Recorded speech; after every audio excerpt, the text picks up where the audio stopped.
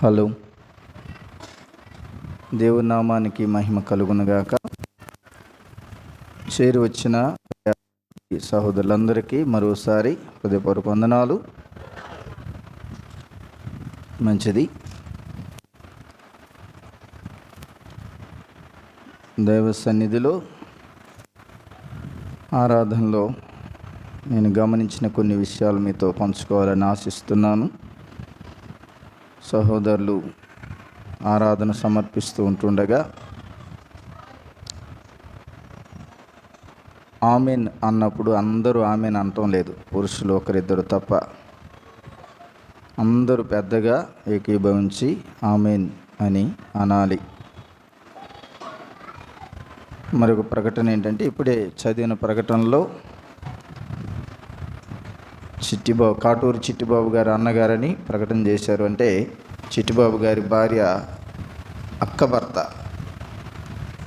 కుమారి sister గారి యొక్క బావగారు యాక్సిడెంట్ అయింది, కిమ్స్ హాస్పిటల్లో ఉన్నారు.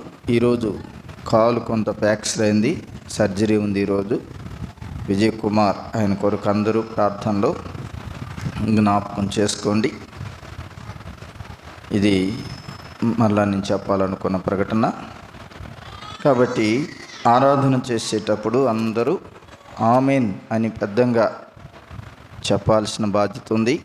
ఎందుకంటే ఆమెన్ అనడం అది జరుగునుగాక లేక అవునుగాక అని ఇశ్రాయేలు ప్రజలు, అలాగే లోకంలో ఉన్న అన్ని భాషల వారు ప్రజలు ఒకానొక దినం ఎలుగెత్తి ప్రభువుని ఆరాధించి ప్రభుకి స్తోత్రం చెప్పే సమయం రాబోతుంది. దానికి ముందుగా చూసినగా వాక్యంలో చెప్పబడింది. ప్రకటన గ్రంథం 7వ అధ్యాయం 10వ వచనంలో ఆయా భాషలు మాట్లాడువారు, ఆయా జాతులలో వారు, ప్రపంచంలో ఉన్న ప్రజలందరూ, ప్రభువుని ఎరిగిన బిడ్డలందరూ ప్రభు ఎదుట ప్రభుని ఆరాధించే కూడికలో వారు ఎలుగెత్తి చెప్పిరి అన్నాడు.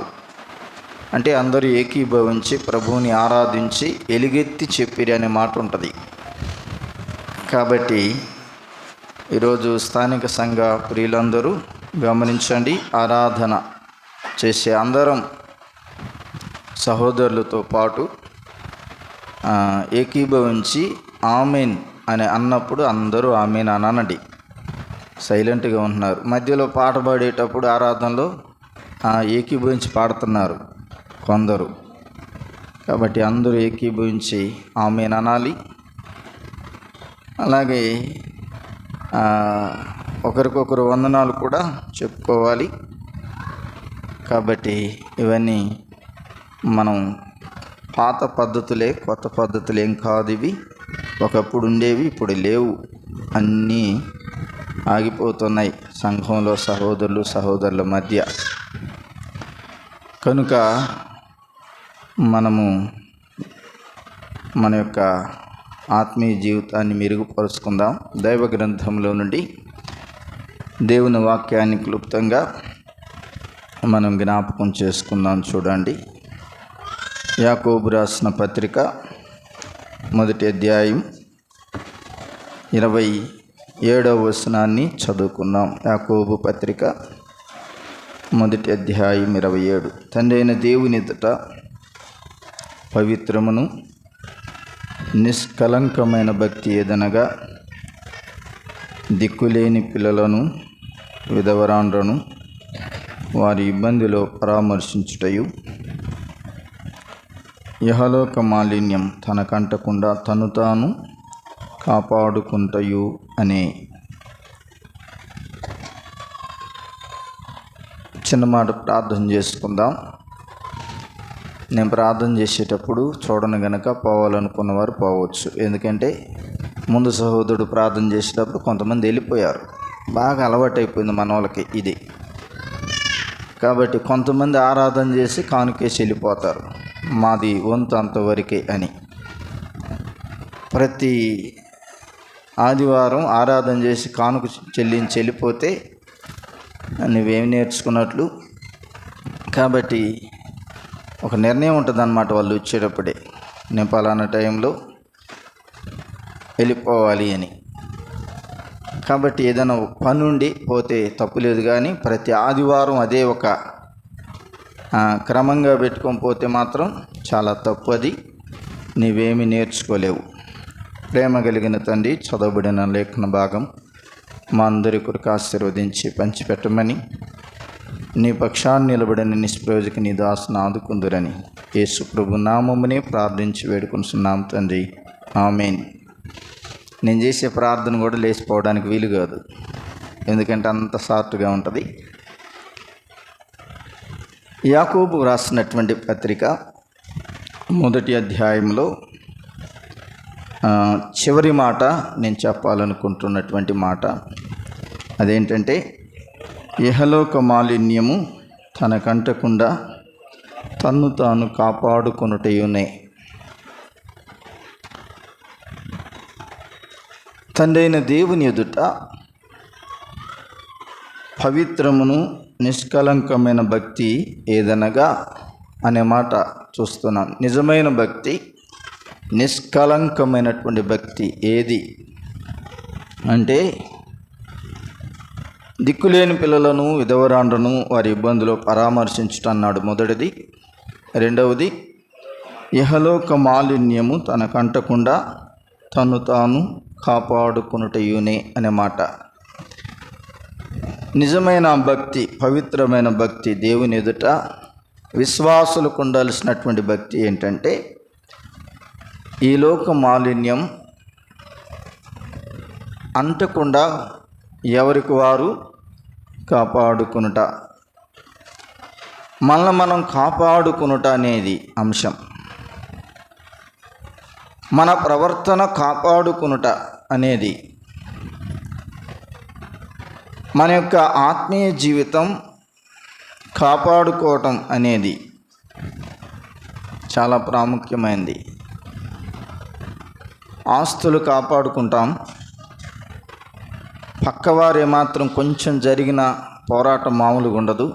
మన సరిహద్దులోకి వస్తే ఏది భౌతిక సంబంధంగా, ఇలోక సంబంధమైన ఆస్తుల విషయంలో పక్కవారు కొంచెం జరిగి మన హద్దులోకి వచ్చారనుకో, మన పోరాటం మామూలుగా ఉండదు కదా. కనుక దాన్ని కాపాడుకోవటం అంటారు. కొంతమంది బంగారం కాపాడుకుంటారు, భద్రం చేసుకుంటారు, ఇంకా రకరకాలుగా భౌతిక సంబంధమైనవన్నీ కాపాడుకుంటూ ఉంటారు. మంచిదే, పోగొట్టుకోమని ఎవరు చెప్పరు, నేను కూడా చెప్పడం లేదు. కానీ వీటికంటే ప్రాముఖ్యంగా మనల్ని మనం కాపాడుకోవటం ఆత్మీయ జీవితంలో అనేది చాలా ప్రాముఖ్యమైనది అనేది నేను చెప్పదలిచాను. ఇక్కడ యాకోబు భక్తుడు అంటున్నాడు, తండ్రి అయిన దేవుని ఎదుట పవిత్రమును నిష్కలంకమైన భక్తి ఏదనగా, ఇహలోక మాలిన్యం తనకంటకుండా తను తాను కాపాడుకొనుటయే. అది ఇక్కడ ఒక మాట పరిశుద్ధాత్మ దేవుడు స్పష్టంగా తెలియజేస్తున్నాడు. ఆ మాట ఏంటంటే, తన్ను తాను కాపాడుకొనుట అనే మాట. అర్థమైందా? ఆత్మీయ జీవితంలో సునీల్ బ్రదర్ని ఆత్మీయ జీవితంలో నేను కాపాడలేను, నన్ను సునీల్ బ్రదర్ నన్ను కాపాడలేడు, మరొకరు కాపాడలేరు ఆత్మీయ జీవితంలో. అర్థమైందా? ఎవరికి వారు అక్కడ చెప్పబడిన మాట ఏంటంటే, తన్ను తాను కాపాడుకోవాలి అనేది చూస్తూ ఉన్నాం. దేని నుండి కాపాడుకోవాలి? ఇహలోక మాలిన్యం తనకంటకుండా తన్ను తాను కాపాడుకోవాలి. ఇది చాలా ప్రాముఖ్యమైనది. ఇహలోక మాలిన్యం మనకంటకుండా, అప్పు సంధ్యా కుమార్తె అప్పు మాయ్ ఈ ముసలిదాని అయ్యావా, కాలు జాపావు. కాలు జాపేవాళ్ళు కుర్చీల్లో కూర్చోండి పోయి. అసలు దైవ సన్నిధిలో ఎలా కూర్చోవాలో కూడా తెలియకుండా అటు కూర్చుంటే అట్లా. కనుక ఇహలోక మాలిన్యం మనకంటకుండా ఎవరికి వారం కాపాడుకోవాలి. చాలా ప్రాముఖ్యమైన అంశం ఇది. ఆధ్యాత్మిక జీవితంలో ఎవరిని గూర్చిన బాధ్యత ఎవరికీ లేదు. ఇది గుర్తుపెట్టుకోండి. నిన్ను గూర్చిన బాధ్యత నాకు లేదు. నన్ను గూర్చిన బాధ్యత అంతకంటే నీకు కూడా లేదు. ఏ విషయంలో చెప్పండి? ఆత్మీయ జీవితాన్ని కాపాడుకునే విషయంలో, ఆత్మీయ జీవితాన్ని కాపాడుకునే విషయంలో ఎవరి బాధ్యత వారిదే. రైల్లో రాస్తారు, బస్సుల్లో రాస్తారు, బస్ స్టాండుల్లో రాస్తారు, రైల్వే స్టేషన్లో రాస్తారు ఒకటి, మీ సామాన్లకు మీరే బాధ్యులు అని. నేనంటున్నాను, మీ ఆత్మీయ జీవితానికి మీరే బాధ్యులు. ఎవరి ఆత్మీయ జీవితానికి వారే బాధ్యులు, అంతే. ఇహలోక మాలిన్యం తనకంటకుండా తను తాను కాపాడుకోవాలి. నీకు నీవు కాపాడుకోవాలి, నాకు నేను కాపాడుకోవాలి. చాలా ప్రాముఖ్యమైన మాట ఇది. అపోస్తలుడైనటువంటి పౌలు చెప్పిన మాట మనం జ్ఞాపకం చేసుకున్నప్పుడు ఎలా మనం కాపాడుకోవాలి, ఎలాగా మనం భద్రం చేసుకోవాలి. ఫిలిప్పీలకు రాసినటువంటి పత్రిక 2వ అధ్యాయం 12వ వచనం కాబోలు చూడండి. కాగా నా ప్రియులారా, మీరెల్లప్పుడూ విధేయులై ఉన్న ప్రకారము నా ఎదుట ఉన్నప్పుడు మాత్రమే గాక మరి ఎక్కువగా నేను మీతో లేని ఈ కాలమందు భయముతోనూ వణుకుతోనూ మీ సొంత రక్షణను కొనసాగించుకొనుడి అంటున్నాడు. ఎవరంటున్నారు ఈ మాట? పౌలు. ఎవరితో చెప్తున్నాడు? ఫిలిప్పీ సంఘంతో చెప్తున్నాడు. ఫిలిప్పీ సంఘానికి వ్రాసినటువంటి ఈ ఉత్తరం, ఈ పత్రిక, పౌలు చెప్తున్న సందేశం ఏంటంటే, కాగా నా ప్రియ సహోదరులారా, మీరు ఎల్లప్పుడూ విధేయులై ఉన్న ప్రకారం, ఈ మాట గమనించండి, నా ఎదుట ఉన్నప్పుడు మాత్రమే గాక మరి ఎక్కువగా నేను మీతో లేని ఈ కాలమందు భయముతోనూ వణుకుతోనూ మీ సొంత రక్షణను కొనసాగించుకొనుడి అన్నాడు. దేవుడు మనకిచ్చిన రక్షణ కొనసాగించుకోండి అన్నాడా? మన రక్షణ అన్నాడా పౌలు ఇక్కడ? చెప్పండి, ఏమన్నాడు? మీ సొంత రక్షణ అన్నాడు. ఇక్కడ కూడా యాకోబు తెలియచేసినట్లుగా మీ సొంత రక్షణను భయముతోనూ వణుకుతోనూ మీ సొంత రక్షణను కొనసాగించుకునడి అన్నాడు.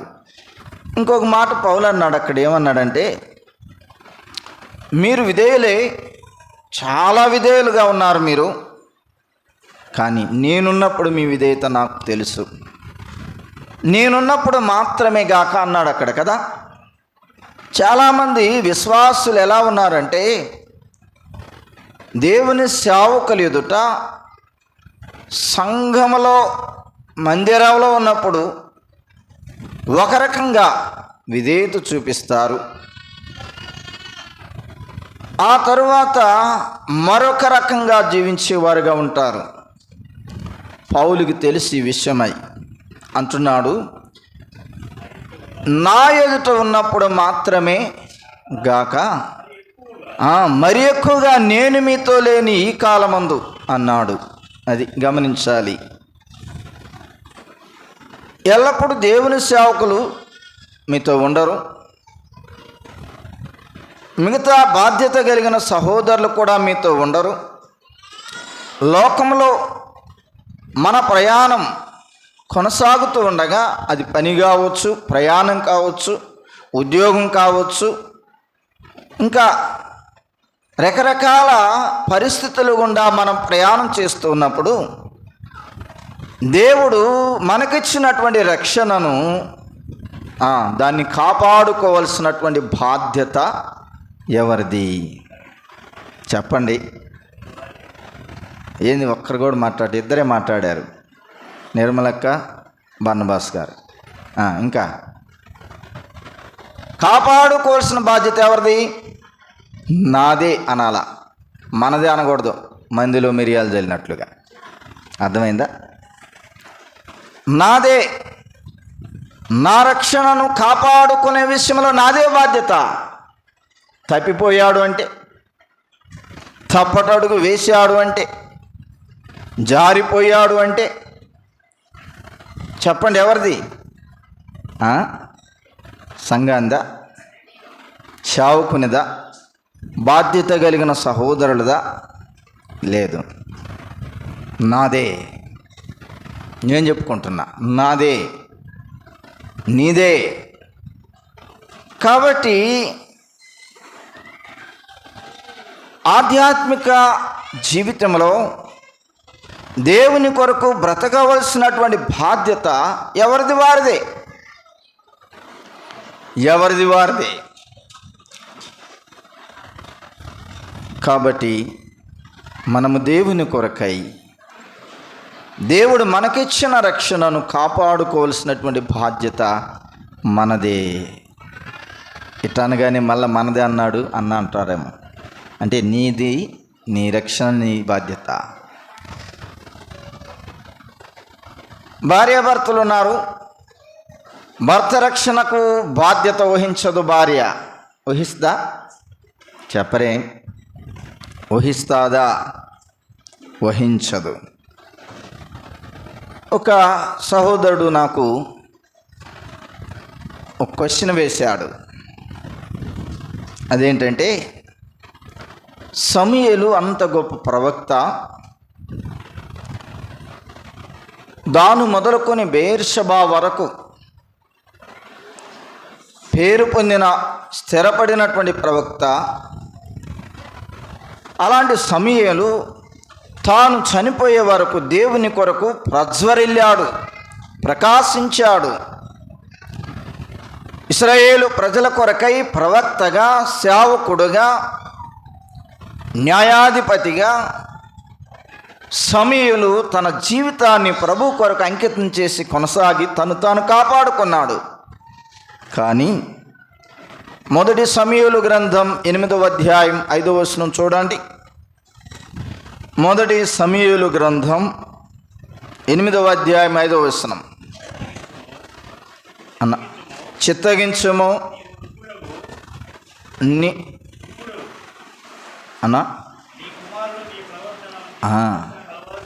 చిత్తగించుము, నీవు వృద్ధుడవు, నీ కుమారులు నీ ప్రవర్తన వంటి ప్రవర్తన గలవారు కారు అన్నాడు. ఇక్కడ నన్ను వేసిన క్వశ్చన్, అంత గొప్ప ప్రవక్త, ఆ ప్రవక్త కుమారులు సమూయేలు ప్రవర్తనని ఎందుకు అనుసరించలేదు అన్నాడు. దీనికి నేనేం చెప్పాలి? మీరేం చెప్తారు చెప్పండి? మనమేం చేయలేము. ఇప్పుడు సమూయేలు అంత గొప్పగా ప్రజ్వరిల్లాడు, తాను కాపాడుకున్నాడు. కానీ సమూయేలు కుమారులు తన తండ్రి ప్రవర్తనను అనుసరించిన వారు కారు.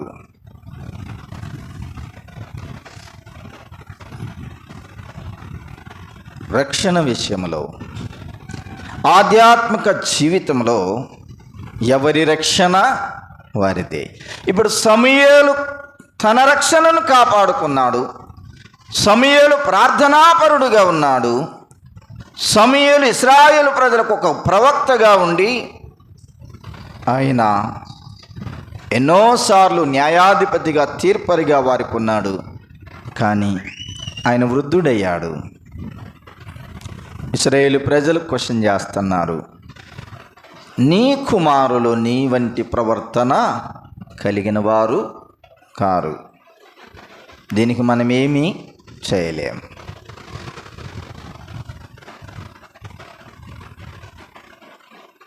అలాగే 2వ అధ్యాయం 12వ వచనంలో, సమూయేలు మొదటి గ్రంథంలోనే 2వ అధ్యాయం 12వ వచనంలో,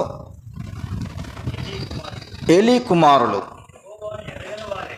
యెహోవాను ఎరుగని వారై, చాలన్న, మిక్కిలి దుర్మార్గులై ఉండిరి. ఏలీ ఎవరు? యాజకుడు. దేవుని మందిరములో, షిలోహు ప్రార్థనా మందిరంలో దేవునికి యాజకత్వం జరిగించే యాజకుడు ఏలీ. ఏలీ కుమారులు ఎలాగున్నారు?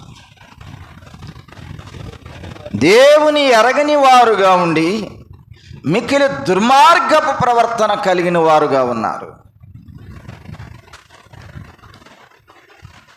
ఏలీకి ఆపాదించాలా? ఏలీ కుమారుల ప్రవర్తన, సమూయేలు కుమారుల ప్రవర్తన వారి తండ్రులకు ఆపాదించాలా? చెప్పండి, ఆపాదించాలా?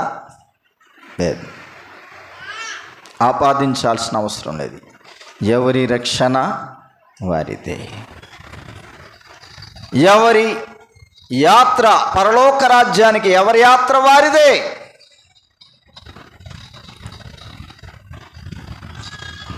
మనం ఎవరికి వారం తను తాను కాపాడుకోవాల్సిన బాధ్యత మన మీద ఉంది అనే మాట మనం జ్ఞాపకం చేసుకోవాలి. చాలామంది ప్రారంభంలో చాలా బాగుంటారు. రక్షించబడిన తొలి దినాల్లో ఆత్మీయంగా చాలా బాగుంటారు. కానీ ముగింపులో, అంటే ముగింపుకు వచ్చే సమయానికి వచ్చేసరికి వారి ఆత్మీయ స్థితి కొంత తడబాటు, తప్పటడుగు పడిన సందర్భాలు చాలామంది జీవితాల్లో ఉన్నాయి. ఉదాహరణకి బైబిల్ గ్రంథంలోని దినవృత్తాంతముల 2వ గ్రంథం 6వ అధ్యాయం 16వ వచనం. దినవృత్తాంతముల 2వ గ్రంథం 6వ అధ్యాయం, నీవు నా ముందర నడుచున్నట్లుగా నీ కుమారులను తమ ప్రవర్తనను కాపాడుకొని ధర్మశాస్త్రం చొప్పున నడిచిన ఎడల ఇశ్రాయేలు సింహాసనం మీద కూర్చుండువాడు నా ఎదుట నీ కొండకు పోడని నీవు నీ సేవకుడైన దావీదుకు తండ్రితో సెలవిచ్చిన మాట. ఇశ్రాయేలు దేవా యెహోవా దయచేసి నెరవేర్చుము అన్నాడు. ఎవరు చెప్పిన మాట ఇది? సొలొమోను దేవుని కొరకై ప్రారంభ దినాలు ఇవి. దావీదుతో చెప్పాడు దేవుడు, నా సింహాసనం మీద నీ సంతానాన్ని నేను కూర్చొనబెడతాను, తరతరాలు. వాగ్దానం, ఒక్కడైనా ఉండకపోడు నీ సంతానములో అని నీ సెలవిచ్చావు కదయ్యా, నన్ను కూర్చుండబెట్టావు, నన్ను నెరవేర్చు, నన్ను కూర్చుండబెట్టడానికి అని ఈ ప్రార్థన. ఆ తర్వాత ఆయన సింహాసనం మీద కూర్చున్న సందర్భం మొత్తం చదువుతాం. కనుక ప్రారంభం, సొలొమోను యొక్క ఆధ్యాత్మిక ప్రారంభం చాలా బాగుంది. ప్రార్థన చేస్తున్నాడు దేవునికి, దేవుని సన్నిధిలో ప్రార్థిస్తూ ఉన్నాడు. ఇప్పుడు రాజుల మొదటి గ్రంథం 11:10 చదవండి. రాజుల మొదటి గ్రంథం 11వ అధ్యాయం 10వ వచనం చదవండి అన్న. నీవు ఇతర దేవతలను వెంబడింపవలదని అతనికి ఆజ్ఞాపించినను సొలొమోను హృదయము ఆయన యొద్ద నుండి తొలగిపోయెను అనే మాట. సొలొమోను ప్రారంభం ప్రార్థనాపరుడుగా ఉన్నాడు. సొలొమోను సింహాసనం మీద కూర్చొని మంచి పరిపాలన చేశాడు. కానీ చివరి దినాల్లో సొలొమోను యొక్క ఆధ్యాత్మిక స్థితి ఎలాగుందంటే 10వ వచనం, మొదటి రాజులు 11:10లో సొలొమోను హృదయం దేవుని యొద్ద నుండి తొలగిపోయెను అనే మాట ఉంది. చూసారా? అనగా దేవుడు తనకిచ్చిన రక్షణను, తనకిచ్చినటువంటి ఆధ్యాత్మిక స్థితిని పోగొట్టుకున్నాడు, కాపాడుకోలేకపోయాడు, భద్రపరుచుకోలేకపోయాడు. తన యొక్క రక్షణ విషయంలో బాధ్యత లేనివాడుగా ఉన్నాడు. సొలొమోను హృదయం దేవుని యొద్ద నుండి ఏమైంది? తొలగిపోయింది. ఎంత దౌర్భాగ్యం! ప్రియ సహోదరి సహోదరుడా, ఎవరైనా సొలొమోను జీవితం వలె దేవుని యొద్ద నుండి తొలగిపోయిన ఆయన హృదయం ఉన్నావా? నీవు కూడా. ప్రారంభం బాగానే ఉంది. ప్రారంభంలో చాలా పురికొల్పబడిన వాడవై, ఉజ్జీవింపబడిన వాడవై, ప్రభువులో కొనసాగిన వాడవైగా ఉండవచ్చు. కానీ సొలొమోను హృదయం దేవుని యొద్ద నుండి తొలగిపోయాను. తొలగిపోయావా? రక్షణలో నుండి, ఆధ్యాత్మిక స్థితి నుండి దిగజారిపోయావా? ప్రభు అంటున్నాడు, తిరిగిరా. ప్రభు చెప్తున్నాడు, తిరిగిరా. రూతు గ్రంథం 3వ అధ్యాయం 10వ వచనంలో మనం రూతును గూర్చి ఒక వ్యక్తి సాక్ష్యం ఇస్తూ ఉన్నాడు. రూతు గ్రంథం 3వ అధ్యాయం 10వ వచనంలో ఉన్న మాట మనం చూసినట్లయితే, రూతును గూర్చి సాక్ష్యం మనం చదువుతూ ఉన్నాం. చదువయ్యా. నా కుమారి, యెహోవా చేత నీవు దీవెన నొందిన దానవు, కొద్దివారినే గాని గొప్పవారినే గాని యవనస్తులను నీవు వెంబడింపక ఉండటం వలన, ఇక్కడి నుంచి మీరు గమనించాలి, నీ మునుపటి సత్ప్రవర్తన కంటే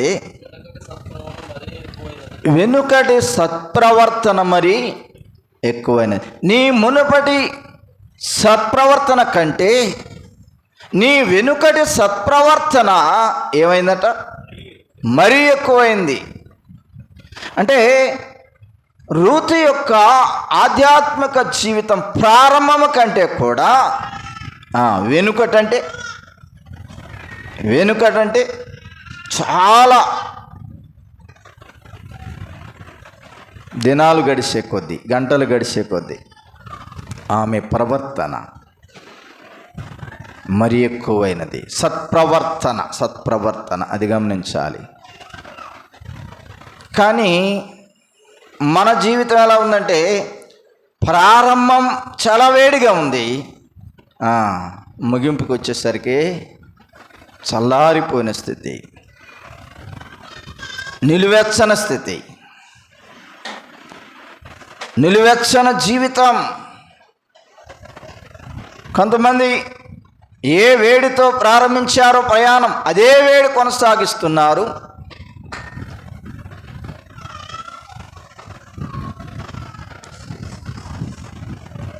కొంతమంది అయితే ఎంత వేడితో ప్రారంభించారో నడిచే కొద్దీ, ప్రయాణం సాగే కొద్దీ చల్లారిపోయారు, చల్లబడిపోయారని చెప్పాలి. మరికొందరు మూడో వారు ఎలా ఉన్నారంటే, నిలువెచ్చని స్థితిలో ఉన్నారు. పూర్తిగా చల్లారిపోయిన వారు ఉన్నారు. వేడిని ప్రారంభించిన వారు అదే వేడిలో కొనసాగారు ఆఖరి వరకు. కానీ 3వ తరగతి వారు నిలువెచ్చని స్థితిలో, ఇది నిలువెచ్చని స్థితి చాలా ప్రమాదం. నిలువెచ్చని స్థితి చాలా ప్రమాదం. ఎంత ప్రమాదమో ప్రకటన గ్రంథంలోనికి రండి చూద్దాం. ప్రకటన గ్రంథం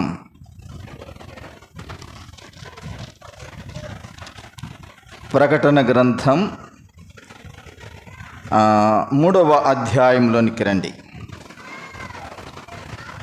15. నీ క్రియలను నేను ఎరుగుదును. నీవు చల్లగానైనను వెచ్చగానైనను లేవు. నీవు చల్లగానైనను వెచ్చగానైనను ఉండినా మేలు. నీవు వెచ్చగానైనను చల్లగానైనను ఉండక నిలువెచ్చనగా ఉన్నావు గనుక నేను నిన్ను నా నోట నుండి ఉమ్మివేయ ఉద్దేశించుచున్నాను అన్నాడు. లవోదిక సంఘం యొక్క అనుభవం ప్రస్తుతం కొనసాగుతుంది. ఏ సంఘ అనుభవం? లవోదిక సంఘం. ప్రకటన గ్రంథంలో 2వ అధ్యాయం మొదటి నుంచి 3వ అధ్యాయం ఆఖరి వరకు ఉన్నటువంటి ఈ సంగతుల్లో 7 సంఘాలు పేర్లు ప్రస్తావించబడ్డాయి. ఎన్ని సంఘాలు? 7 సంఘాలు. 7 సంఘాల్లో ఆఖరి సంఘం లవోదికా సంఘం. ఇప్పుడు ప్రజెంటు ప్రపంచంలో లవోదికా సంఘ అనుభవం నడుస్తుంది విశ్వాసుల మధ్య. ప్రభు అంటున్నాడు, నీ క్రియలు నాకు తెలుసు. నీవు చల్లగానైనా లేక వెచ్చగానైనా ఉంటే మేలు అన్నాడు కదా. చల్లగానైనా వెచ్చగానైనా ఉంటే మేలు అన్నాడు. దీని అర్థం ఏంటి? చల్లగా అంటే లోకంలో ఉండడం, వెచ్చగా అంటే దేవునిలో ఉండడం, నిలువెచ్చనగా అంటే అటు ఇటు అంటే లోకము దేవుడు 2 కావాలా. అంటే పరిపూర్ణమైనటువంటి దశలో ప్రభువులో ఉండకుండా లోకము కావాలి, దేవుడు కూడా కావాలి. ఇదే నిలువెచ్చని జీవితం. ఈ నిలువెచ్చని జీవితం ఉంటే ఎంత ప్రమాదం అక్కడ అంటున్నాడు. నేను ఏమన్నాడు ప్రభు? నిలువెచ్చనిగా ఉన్నావు కనుక నేను నిన్ను నా నోట నుండి ఉమ్మివేయ ఉద్దేశించున్నాను. ఎవరేస్తారట? దేవుడు. ఏమేస్తాడు? ఉమ్మివేయడం. ఎంత దౌర్భాగ్యం! నిలువెచ్చని జీవితం కలిగినవో ప్రియ సహోదరి సహోదరుడా, ఆయన నోట నుండి ఉమ్మి వేయడానికి సిద్ధంగా ఉన్నాడు. నిలువెచ్చని జీవితం వెచ్చగానే ఉండాలి, వెచ్చగానే ఉండాలి. అది మనం ఎరగాలి. రూతును గూర్చి బోయజు ఇస్తున్న సాక్ష్యం, నీ మునుపటి ప్రవర్తన కంటే వెనుకటి సత్ప్రవర్తన మరి ఎక్కువైనది అన్నాడు. దాని అర్థం ఏంటంటే ప్రారంభం కంటే ముగింపు బాగుంది అని. అర్థమైందా? ప్రారంభం కంటే ముగింపు బాగుంది. ప్రారంభం బాగుంది కానీ ముగింపు బాగుండదు చాలామంది జీవితాల్లో. ఏం ప్రయోజనం? నువ్వు ప్రారంభించి ఏం ప్రయోజనం? దాన్ని నెరవేర్చకుండా నీ ఆధ్యాత్మిక జీవితాన్ని ప్రారంభం బాగానే ఉంది కానీ సొలొమోను జీవితం ముగింపు బాగలేదు. రూతు జీవితం ప్రారంభం కంటే ముగింపు ఇంకా తేజరిల్లుతూ ఉంది. రూతు తన సత్ప్రవర్తన ఎక్కువైనది అనే మాట మనం చూస్తూ ఉన్నాం. యోషియా గ్రంథం, క్షమించండి, 2వ రాజుల గ్రంథం 22వ అధ్యాయం మొదటి 2 వచనాలు చదవండి. రాజుల 2వ గ్రంథం 22వ అధ్యాయం.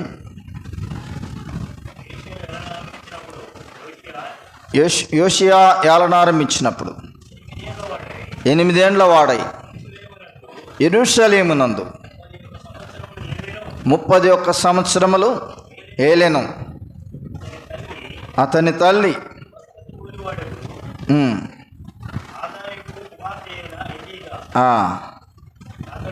అతడు యెహోవా దృష్టికి యథార్థముగా నడుచుచు కుడి ఎడమలకు తిరుగక తన పితరుడగు యోషియాను గూర్చి, యోషియా రాజును గూర్చి చూస్తున్నాం. 8 సంవత్సరాల వయసులో పరిపాలనకు వచ్చాడు. ఎన్ని సంవత్సరాలు పరిపాలన చేశాడు? 31 సంవత్సరములు పరిపాలన చేశాడు. అతడు ప్రవర్తనను గూర్చి అక్కడ మనం చూస్తున్నాం. 2వ వచనమా 3వ వచనం అది? అతడు యెహోవా దృష్టికి యథార్థముగా నడుచుచు కుడి ఎడమలకు తిరగక తన పితరుడకు దావీదు చూపిన ప్రవర్తనకు సరిగా ప్రవర్తించాను. అది ఇక్కడ యోషియాను గూర్చి మనం చదివే మాట ఏంటంటే కుడి ఎడమలకు తిరగక అన్నాడు. కుడి ఎడమలకు తిరగక, ఒకే దారి, ఇంక వేరే దారి వైపు చూడలేదు, ఎడమ వైపు చూడలేదు, కుడికి చూడలేదు. సరిగా, అక్కడ ఉన్న మాట ఏంటంటే సరిగా ప్రవర్తించాను, సరిగా ప్రవర్తించాను. దావీదు చూపిన ప్రవర్తనకు సరిగా ప్రవర్తించను అంటే ఒకే దారి, ఒకే గురి, ఒకే వైపు ఆయన వెళ్ళిపోయాడంతే. యోషియా దావీదును చూడడం, దావీదు వైపు చూడడం అనేది మనం చూస్తూ ఉన్నాం. కాబట్టి యెహోలోక మాలిన్యం తనకంటకుండా తను తాను కాపాడుకునుట నిజమైన భక్తి, నిష్కలంకమైన భక్తి. మన ఆధ్యాత్మిక జీవితంలో మనము యోషియా వలె, రూతు వలె ప్రభువుకు సరిగా మనం వెళ్ళిపోవాలి. మన ఆధ్యాత్మిక జీవితాన్ని ముందు వైపు కంటే ఒకే దారిలోకి మనం ముందుకు వెళ్ళిపోయే వారిగా ఉండాలి. కుడి ఎడమలకు తిరగక అనే మాట మనం చూస్తూ ఉన్నాం. 37వ కీర్తన 23వ వచనం చూద్దాం. కీర్తనల గ్రంథం 37:23. ఒకని నడత యెహోవా చేతనే స్థిరపరచబడును, వాని ప్రవర్తన చూసి ఆయన ఆనందించును. వాని ప్రవర్తన, ఒకని నడత యెహోవా చేతనే స్థిరపరచబడును అంటూ వాని ప్రవర్తనను చూసి దేవుడు ఏం చేస్తాడు? ఆనందిస్తాడు. అంటే నీ ఆధ్యాత్మిక జీవితం నువ్వు సరిగా కొనసాగుతున్నప్పుడు నిన్ను చూసి దేవుడు ఏం చేస్తాడు? ఆనందిస్తాడు, ఆనందిస్తాడు, సంతోషిస్తాడు, సంతృప్తి చెందుతాడు దేవుడు. కాబట్టి ఉదాహరణకి వాక్యం చూపించిన కానీ పాత నిబంధన రాజు అయినటువంటి సౌలును రాజుగా చేసినందుకు దేవుడు ఏమయ్యాడు? పశ్చాత్తాపడ్డాడు. ఏమయ్యాడు? పశ్చాత్తాపం అంటే మనసు నొచ్చుకుంది. మనసులో బాధపడ్డాడు. ఏమని బాధపడ్డాడంటే, ఇట్లాంటి వాడిని నేను రాజుగా చేసింది అని బాధపడ్డాడు. అదే సౌలు సరిగా ప్రవర్తించినట్లయితే, సరైన పరిపాలన, దేవునికి ఇష్టమైన పరిపాలన ఇచ్చినట్లయితే దేవుడు ఆయన పట్ల ఆనందం చూపేవాడు, ఆనందించేవాడు. ఒక విశ్వాస జీవితంలో కూడా రక్షించబడిన తరువాత సౌలు ప్రవర్తన ఎలాగుందో, సౌలు యొక్క పరిపాలన విధానం ఎలాగుందో దేవుడు చూసి సౌలు విషయమై దుఃఖించాడు, పశ్చాత్తాపడ్డాడు. ఆయన దుఃఖించడం కాదు కానీ సమూయేలు దుఃఖించాడు, ఆయన పశ్చాత్తాప పడ్డాడు. అంతే. ఒక విశ్వాస జీవితం అలాగుంటే ఇలాంటి వ్యక్తిని నేను రక్షించింది అంటాడు ఆయన. నీకు చెప్పకపోవచ్చు. పశ్చాత్తాప హృదయంతో ప్రభు వైపు చూస్తూ మనం ముందు కొనసాగాలి. ఎందుకు సౌలు విషయంలో దేవుడు నొచ్చుకున్నాడు అంటే, వినండి, దేవుని ఆజ్ఞలను తృణీకరించిన వాడు సౌలు. నీవు చేసేది సరికాదు అని చెప్పడానికి వచ్చినటువంటి దేవుని సేవకుడైనటువంటి సమూయేలు మీద గొడవపడి వాదనాడి,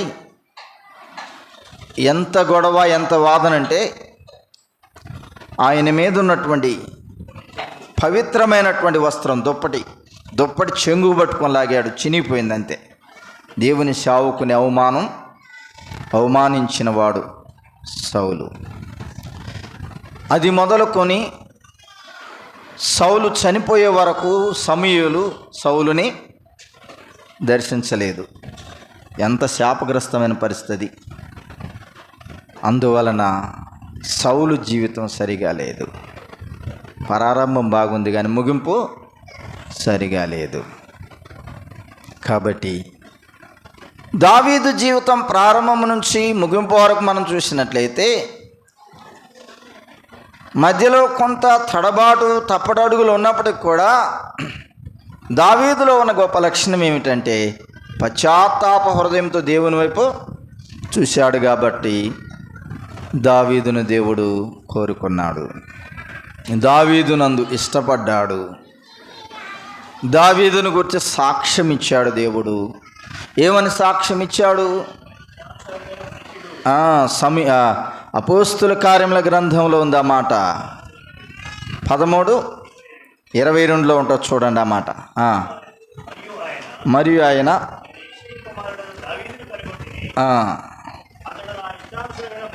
ఆ మాట, అతడు నా ఇష్టానుసారుడైన మనుషుడు, అతడు నా ఉద్దేశములన్నీ నెరవేర్చునని అతను గురించి సాక్ష్యం ఇచ్చను. దేవుడిచ్చే సాక్ష్యం గొప్పది. నా ఇష్టానుసారుడు అంటే నా ఇష్టం ఏమిటో దావీదుకి తెలుసు, దేవుని ఇష్టం ఏమిటో మనకు తెలియాలి, ప్రభువైన యేసుక్రీస్తు వారి యొక్క ఇష్టం ఏంటో మనకు తెలియాలి. అప్పుడే మనం సరిగా ప్రవర్తిస్తాం, ఇహలోక మాలిన్యం అంటకుండా కాపాడబడతాం. కాబట్టి నా ఇష్టానుసారుడైన మనుష్యుడు దావీదు అన్నాడు. కారణం ఏంటంటే దావీదు ఒక తప్పటడుగు అడిగేశాడు. ఆ తప్పటడుగు కరెక్ట్ అని చెప్పాల, సౌల్లాగా పశ్చాత్తాపడ్డాడు. నాతాను ప్రవక్త చెప్పినప్పుడు పశ్చాత్తాపం పడ్డాడు. అది ఉండాలి విశ్వాస జీవితంలో. అది మొదలుకొని దేవుని వైపు గురి కలిగి చూశాడు, దేవుని కొరకు జీవించాడు. కాబట్టి మన విశ్వాస జీవితంలో మనం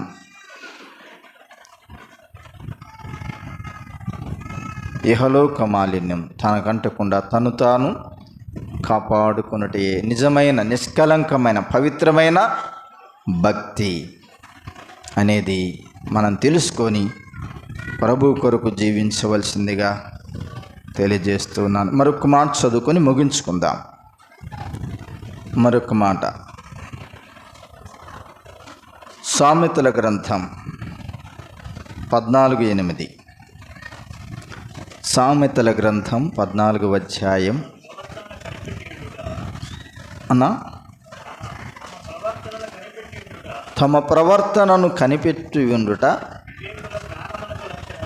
వివేకులకు జ్ఞానమునకు లక్ష్యం. తన ప్రవర్తనను, ఎవరి ప్రవర్తన చెప్పండి? ఎవరి ప్రవర్తన వారిది. వారి ప్రవర్తన వారే కనిపెట్టుకొని ఉండడం అనేది ఇక్కడ మనం చూస్తాం. అది జ్ఞానమునకు లక్షణం, జ్ఞానవంతులుగా ఉండే లక్షణం అన్నాడు 8వ వచనం. వివేకుల జ్ఞానములకు లక్షణము అన్నాడు.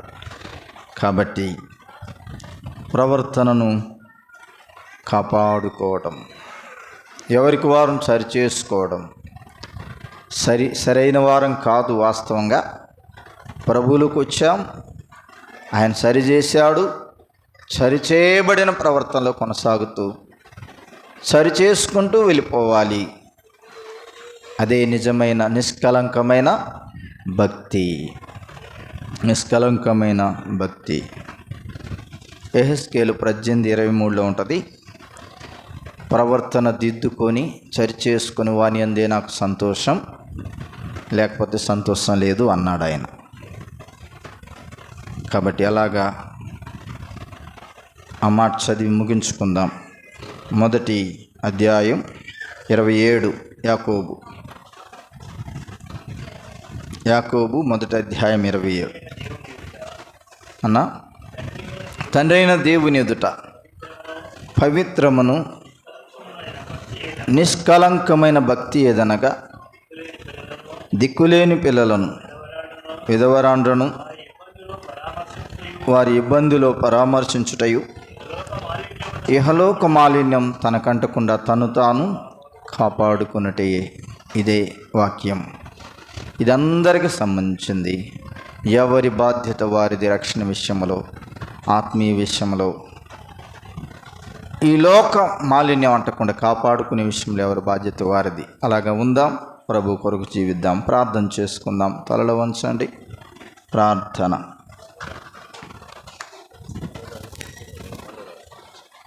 ప్రార్థన చేసుకుందాం. పరిశుద్ధుడా, ప్రేమ కలిగిన తండ్రి,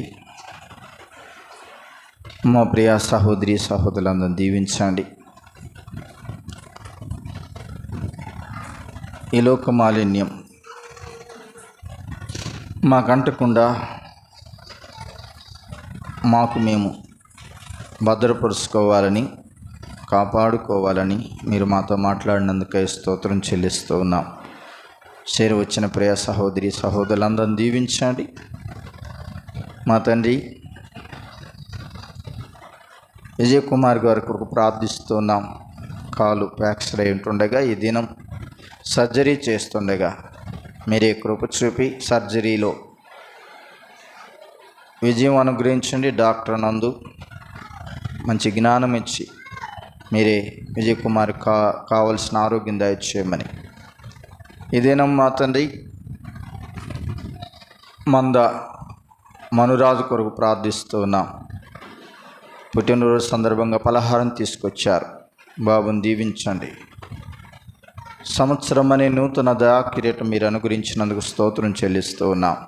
13 సంవత్సరాలు భద్రపరిచి 14వ సంవత్సరంలో ప్రవేశపెట్టినందుకై మిమ్మల్ని స్తుతిస్తూ ఉన్నాం. మీ పరిచయ నిమిత్తం వెళ్ళిన బిడ్డలను అనవునుమూరు పిట్టమ్మండ వారిని క్షేమంగా తీసుకురమ్మని, చేరువచ్చిన ప్రతి సహోదరి సహోదరులను దీవించమని మీ దయగల స్థానిక అల్పులమైన మమ్మల్ని మేము అప్పగించుకుంటూ యేసు ప్రభు అత్యున్నతమైన నామముని ప్రార్థించి వేడుకొనుచున్నాము తండ్రి. ఆమేన్.